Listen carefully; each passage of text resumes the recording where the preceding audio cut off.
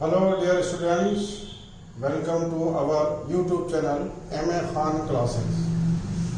Today we will discuss the solution part 3. Solution part 3 we will discuss.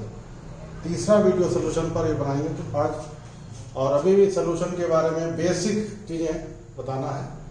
तो पहला solution के type है, पहला सोल्यूशन है solution of gases in liquid, यानी गैसेज का लिक्विड में सोल्यूशन, गैसेज का लिक्विड में सोल्यूशन। यहाँ पर हम क्या देखेंगे, solubility of gases in liquid, liquid में गैसेज की सॉल्वेबिलिटी कैसे क्या होती है, किन किन फैक्टर पर डिपेंड करती है, सॉल्वेबिलिटी होती क्या है। तो सबसे पहले यह है कि गैसेज की जो सॉल्वेबिलिटी है लिक्विड के अंदर, उसको एब्जॉर्प्शन कोफिशिएंट के टर्म में एक्सप्रेस किया जाता है, एब्जॉर्प्शन कोफिशिएंट के टर्म में एक्सप्रेस किया जाता है। एब्जॉर्प्शन कोफिशिएंट क्या होता है, alpha equal to small V upon capital V into P. Small V यहाँ पर है volume of gas in liquid, और कैपिटल वी है वॉल्यूम ऑफ सॉल्वेंट, और पी है प्रेशर। अगर हम स्मॉल कैपिटल वी की वैल्यू 1 कर दें 1 ml और प्रेशर कर दें 1 एटमॉस्फेरिक प्रेशर, तो अल्फा इक्वल टू क्या आ जाएगा, वी हो जाएगा, अल्फा इक्वल टू वी। तो एब्जॉर्प्शन कोफिशिएंट को कैसे डिफाइन करेंगे, the volume of gas in ml that can be dissolved in 1 ml of solvent at 1 atmospheric pressure is called absorption coefficient. The volume of gas in ml that can be dissolved in 1 ml of solvent at 1 atmospheric pressure is called absorption coefficient. अब है factors affecting the solubility of gases in liquid. Gases की सॉल्वेबिलिटी को liquid में, gases की सॉल्वेबिलिटी को कौन से factor affect करते हैं वो देखना। पहला है nature of gas and solvent, यानी गैस का नेचर और सॉल्वेंट का नेचर, इस बात पर भी सॉल्वेबिलिटी डिपेंड करती है। Generally the gases which are easily liquefied, ऐसी गैसें जो आसानी से लिक्विफाई हो जाती है, प्रेशर अप्लाई करने पर आसानी से लिक्विड में बदल जाती है, वो ये देखा गया है कि वो गैसें जो है वाटर में आसानी से घुल जाती है, उनकी सॉल्वेबिलिटी ज्यादा होती है। जैसे CO2 is more soluble in water than O2 and H2। CO2 का जो क्रिटिकल टेम्परेचर होता है ज्यादा होता है, इसलिए वो आसानी से लिक्विड में बदल सकती है, इसलिए CO2 पानी में ज्यादा घुल जाती है। O2 और H2 का जो हाइड्रोजन और ऑक्सीजन का क्रिटिकल टेम्परेचर बहुत ही कम होता है, माइनस में होता है, इसलिए ये आसानी से इनको लिक्विड में नहीं बदल सकते हैं, लिक्विफाई नहीं किया सकता है, इसलिए वाटर में सॉल्युबल नहीं होती है।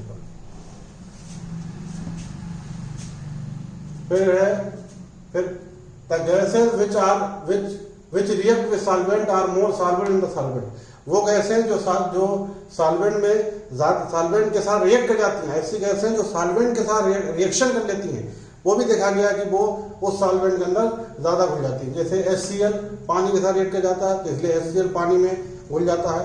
CO2 पानी के साथ घुल जाता है, पानी के साथ रिएक्ट कर जाता है, जब CO2 भी पानी में ज्यादा घुलता है। अब दूसरा जो फैक्टर है जो गैसेस की सॉल्वेबिलिटी को लिक्विड में डिपेंड करता है, टेम्परेचर। और ये देखा गया है कि गैसेस की सॉल्वेबिलिटी जो लिक्विड के अंदर है, टेम्परेचर बढ़ाने से कम हो जाती है, डिक्रीज कर जाती है, टेम्परेचर बढ़ाने से डिक्रीज कर जाती है। क्यों? क्योंकि ये देखा गया है कि गैस को जब डिजॉल्व करते हैं तो हीट इवॉल्व होती है, यानी एक्सोथर्मिक प्रोसेस है।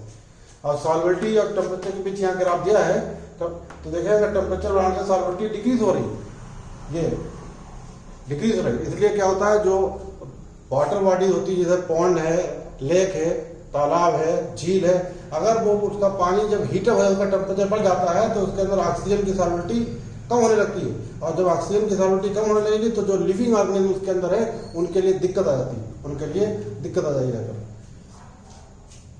इसे थर्मल पोल्यूशन कहते हैं। अब इसके बाद है तीसरा फैक्टर है प्रेशर, ये सबसे इंपॉर्टेंट फैक्टर है गैसेस की सॉल्वेबिलिटी लिक्विड में, और इसको एक्सप्रेस किया था हेनरी लॉ के फॉर्म में। हेनरी लॉ कहता है the partial pressure of gas in vapour phase is directly proportional to the mole fraction of the solution, mole fraction of gas in solution. यानी किसी गैस का जो पार्शियल प्रेशर है vapour phase में, वो उसके मोल फ्रैक्शन के directly proportional होता है, P directly proportional to X या चाई। तो और ये साइन ऑफ प्रोपोर्शन हटाएं तो यहाँ कहा P equal to KH। KH यहाँ क्या है, हेनरी कांस्टेंट, और ये कोई यूनिवर्सल कांस्टेंट नहीं है, इसकी वैल्यू जो है सॉल्यूट के इसकी वैल्यू गैस के नेचर पर और टेम्परेचर पर डिपेंड करती है। तो ये देखा गया है कि टेम्परेचर बढ़ाने से जो हेनरी कांस्टेंट है KH, इसकी वैल्यू बढ़ती जाती है। टेम्परेचर बढ़ाने से इसकी वैल्यू बढ़ती जाती है। अब दूसरे टाइप का सोल्यूशन है solution of liquid in liquid का सोल्यूशन लिक्विड में। तो यहाँ 3 कैटेगरी है। जो लिक्विड आपस में मिलते नहीं है, आपस में मिक्स नहीं करते और सेपरेट लेयर बनाए रखते हैं, अलग अलग लेयर बनाए रखते हैं, ऐसे लिक्विड कहलाते हैं इममिसिबल लिक्विड। जनरली देखें, polar liquid is immiscible with non polar liquid. आमतौर से जो पोलर लिक्विड है वो नॉन पोलर लिक्विड के साथ इममिसिबल है। जैसे वाटर पोलर है और बेंजीन नॉन पोलर है, तो ये दोनों आपस में मिक्स नहीं करेंगे। अगर इन्हें मिलाएंगे तो इनकी अलग अलग लेयर बनी रहेगी, तो ये इममिसिबल होंगे। ऐसे वाटर और मिथाइल अल्कोहल, वाटर पोलर है, मिथाइल अल्कोहल नॉन पोलर है, तो ये भी मिक्स नहीं करेंगे, इनकी अलग लेयर रहेगी। फिर है the liquid, 2 liquids may be partially miscible. This usually happens when intermolecular force of attraction of one liquid is different from the other. तो कुछ लिक्विड जो होते हैं पार्शियली आपस में मिल जाते हैं, पार्शियली मिक्स कर जाते हैं, मिक्सेबल होते हैं, मिक्स कर जाते हैं, पूरी तरीके नहीं मिक्स करते हैं। क्यों? क्योंकि एक लिक्विड के मॉलिक्यूल के बीच जो लगने वाला इंटरमॉलिक्यूलर फोर्स ऑफ अट्रैक्शन है, वो दूसरे लिक्विड के बीच लगने वाले इंटरमॉलिक्यूलर फोर्स से अट्रैक्शन से डिफरेंट होता, अलग होगा। जैसे ईथर और वाटर, ये पार्शियली मिलता है, पूरी तरीके नहीं मिलते, पार्शियली मिलते हैं। तीसरा है 2 liquids dissolve in each other in all proportion. कुछ लिक्विड ऐसे होते हैं जो सभी प्रोपोर्शन में एक दूसरे में घुल जाते हैं, ऐसे लिक्विड कहते हैं मिसिबल लिक्विड। और जनरली ये देखा गया है ऐसे लिक्विड जो सेम नेचर के होते हैं, लिक्विड वो आपस में पूरी तरीके से मिल जाते हैं। जैसे अगर पोलर है तो पोलर मिल जाएंगे, नॉन पोलर है तो नॉन पोलर मिल जाएंगे। जैसे इथाइल अल्कोहल एंड वाटर, ये आपस में मिल जाते हैं। क्यों? दोनों पोलर होते हैं। बेंजीन और टॉल्यूइन, ये भी आपस में मिल जाते हैं। क्यों? ये दोनों नॉन पोलर है। तो ऐसे लिक्विड जिनका नेचर सेम होता है वो आपस में मिलकर मतलब पूरी तरीके से मिल जाते हैं।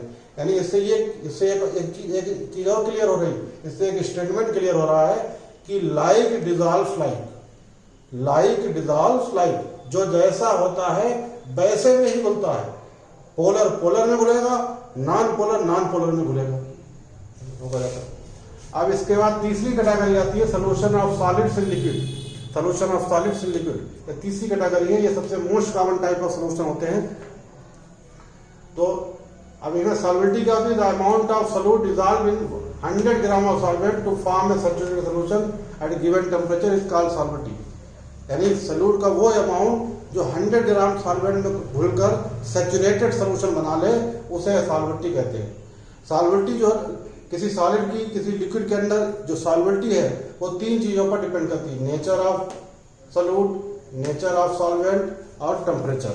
Nature of solute.